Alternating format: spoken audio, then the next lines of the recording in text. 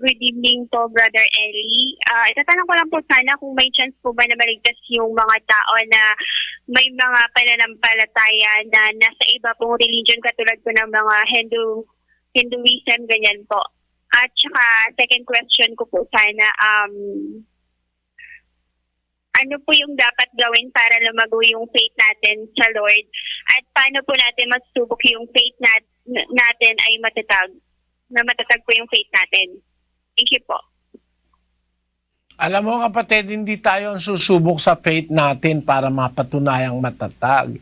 Ang sumusubok sa ating faith o pananampalataya ang Diyos. Hindi natin karapatang subukin ang ating faith. Pagka kasi ikaw mismo sumubok sa faith mo, para mong tinutokso ang Diyos nun.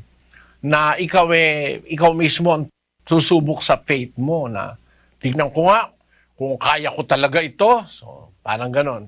Para mong tinutokso ang Diyos kasi ang pagsubok sa Diyos nang gagaling, na sinusubok yung faith ng tao para mapatunayan niya kung talagang ikaw ay mananampalataya. Kaya dun sa tanong mo na yon na paano natin masusubok ang faith natin, kalimutan mo na yon, ang Diyos ang bahalang sumubok doon. At nagaganap yung pagsubok na yon pagka nakita ng Diyos na ikaw ay matatag, papatibayin ka niya. Siya rin ang magpapatibay sa atin. Pakinggan mo 1 versikulo 7 ng unang Korinto.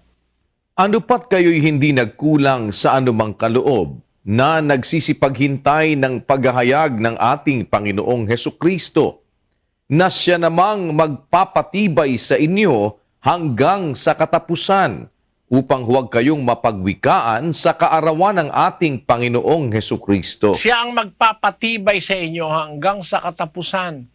Sino ba yung pinapatibay ng ating Panginoon Hesukristo? Yung nasubok na, nakaraan na sa pagsubok. Titibay na siya. Kasi parang ganito yun 7 ng unang Pedro. Upang ang pagsubok sa inyong pananampalataya na lalong mahalaga kaysa ginto na nasisira, bagamat ito'y sinusubok sa pamamagitan ng apoy, ay masumpungan sa ikapupuri at ikaluluwalhati at ikararangal sa pagpapakahayag ni Hesukristo. Ngayon, ang pagkasubok sa atin, magbubunga ng ikararangal natin sa pagbabalik ni Kristo. Ang sinusubok sa atin yung ating pananampalataya na lalo ay wikang mahalaga kaysa ginto na nasisira. Sinusubok tayo sa pamamagitan ng apoy. Paano yung pagsubok na yon? Araw-araw dumadaan yung mga araw, mga panahon, nasusubukan ng Diyos kung mananatili ka sa pananampalataya, sa faith. Whatever problem you may encounter, nananatili ka pa rin sa faith sa araw-araw na dumadaan, nasusubok ka. Nasusubok. Basahin natin yung unang Korinto Kapitulo 3, versikulo 13. Ang gawa ng bawat isa ay mahahayag, sapagkat ang araw ang magsasaysay, sapagkat sa pamamagitan ng apoy inihahayag, at ang apoy rin ang susubok sa gawa ng bawat isa kung ano yaon. Merong apoy na sumusubok sa gawa natin. At mahahayag yung ating gawa araw-araw sa pamagitan ng araw na magsasaysay. Ang gawa ng bawat isa, mahahayag, ang araw ang magsasaysay. Halimbawa, isang araw hindi ka uminom. 2 araw hindi ka uminom. 3 araw hindi ka uminom. 1 linggo hindi ka uminom. 1 buwan, di ka uminom. 1 taon, di ka nagsugal. 2 taon, di ka nagsugal. 10 taon, di ka nagsugal. Subukan na ng Diyos noon. Yung mga araw ang magsasaysay. The days will reveal who you are, what kind of a person you are. The days that are going to pass. Baka ikaw, halimbawa, tapat ka lang 1 linggo. Pagkatapos yung 2 linggo, bibigay ka na, nasubok ang faith mo na hindi talagang faith. No? Yun ang ibig ko sabihin. Yung mga araw na dumarating ang magsasaysay sa faith ng isang tao. kung makakapanatili ka. Basahin natin yung 5 Gs ng unang Pedro. At ang Diyos ng buong biyaya na sa inyo'y tumawag sa kanyang walang hanggang kaluwalhatian kay Kristo, pagkatapos na kayo'y makapagbatang sandaling panahon, ay siya rin ang magpapasakdal, magpapatibay, at magpapalakas sa inyo. Ang Diyos din ang magpapatibay, magpapasakdal, at magpapalakas sa iyo. Pag nakikita niya na ikaw ay talagang sumusunod, nakakapasa ka sa mga pagsubok. Para lang yung pagsubok, para kasing test yun eh. Bawa sa eskwela, araw-araw nakikinig ka sa lesson, dadating ngayon yung test, pagsubok yun yung test. Kaya test ang tawag eh. Nilalagay sa paper, test paper. No?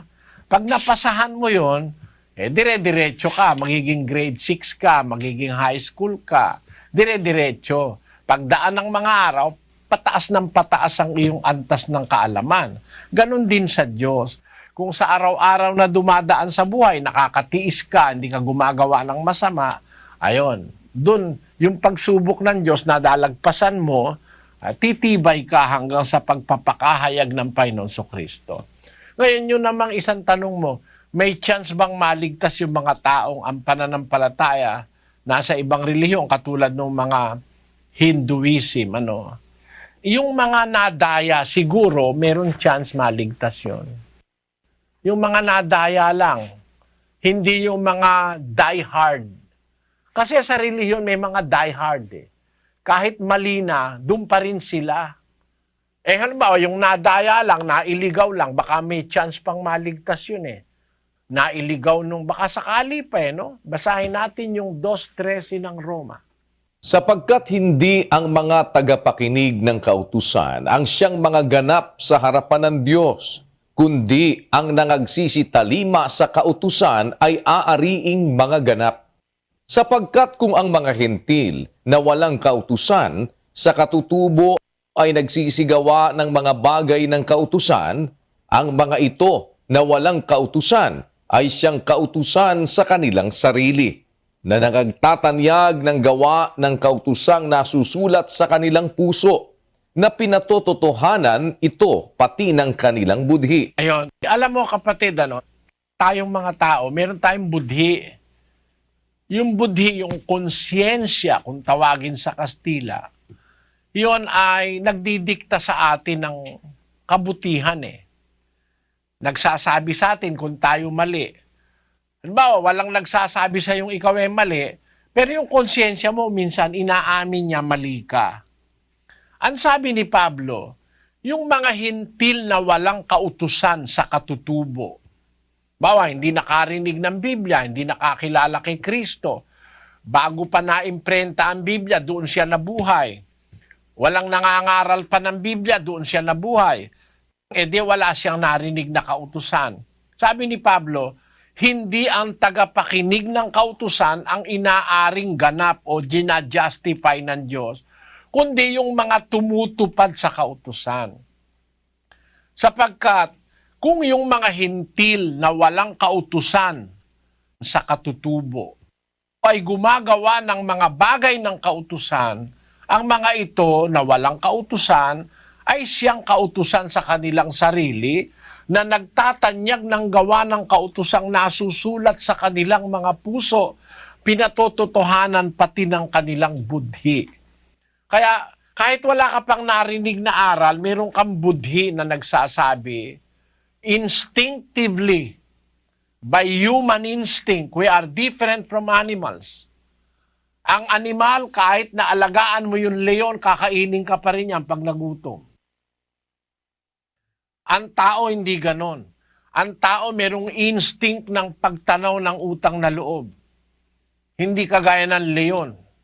Kagaya nung mga nagte-tame ng mga shark, ano, mga balyena, at saka mga shark na kumakain ng tao. Tinetame nila yun eh. Yung pinapalabas sa mga ocean park yata yun, ano. Nagpapalabas sila. Eh minsan, yung mismong tamer, kinain nung pating. Oh. Pinagluray-luray siya. Eh ang tao hindi ganon. Pag ang tao ay natutong magmahal sa kapwa, naramdaman niya, mahal mo siya, hindi ka niya kakainin ng buhay. Meron kasi tayong instinct as humans. Dahil meron tayong konsyensya. Budhi ang tawag sa Tagalog. Kahit pala hindi ka nakarinig ng kautusan, kung nga nagtatrabaho yung budhi mo, no? Na hindi ka naman gumagawa ng masama sa kapwa, wala kang narinig na aral, di mo nakita yung Biblia, hindi mo narinig si Kristo, kahit na ikaw pa'y Budista, Hinduista, Zoroastrianista, wala kang narinig na kautusan, pero nabubuhay ka naman ng mabuting konsyensya. May pag-asa yon, kapatid, na maligtas. Ayon kay Pablo, aariin silang ganap ng Diyos. Ang nasa Biblia, kahit wala ka dun sa tunay na iglesia, kung hindi ka naman nakapakinig, hindi ka naman nabalitaan, kagaya ng mga taong nabuhay sa mga remote areas, yung mga ermitanyo, walang nabasang Biblia, hindi nakapakinig ng aral, nabuhay sa mga caves nung araw, yung ba mapupunta na lahat sa impyerno? Hahatulan mo lahat ng nasa labas, wala ng kaligtasan, sintinsyado na sa apoy, mali yun. Basahin natin ang Santiago, Kapitulo 4, ganito sabi sa versikulo 12. Iisa ang tagapagbigay ng kautusan at hukom, sa makatwid bagay ang makapagliligtas at makapagwawasak. Datapwat, sino ka na humahatol sa iyong kapwa? O, sino kang humahatol sa kapwa mo? Isa lang naman ang tagapagbigay ng kautusan at hukom. Siya rin ang makakapagligtas, siya rin ang makakapagwasak. Sino ka naman na humahatol sa iyong kapwa? Kaya sa iglesyang totoo, hindi natin hahatulan yung nasa labas. Basahin natin ang unang Korinto 5:13. Datapwat sa nga sa labas ay Diyos ang humahatol. Alisin nga ninyo sa inyo ang masamang tao. Ayon, ang sa iglesyang totoo, yung mga masasamang tao tinitiwalag. Bakit? Sa labas kasi, Diyos ang humahatol. Pagpaubaya mo siya sa hatol ng Diyos. Pero sabihin mo, wala na siyang kaligtasan dahil nasa labas siya, malupit ka namang masyado nun. May mga nasa labas ng iglesia, hindi naman nakapakinig ng iglesia, hindi naman nakapakinig ng Biblia, hindi na aralan, hindi na paliwanagan, nabuhay sa kainosentihan, nabuhay namang mabuting tao. May pag-asa yon, kapatid. Sana naunawaan mo. Thank you po.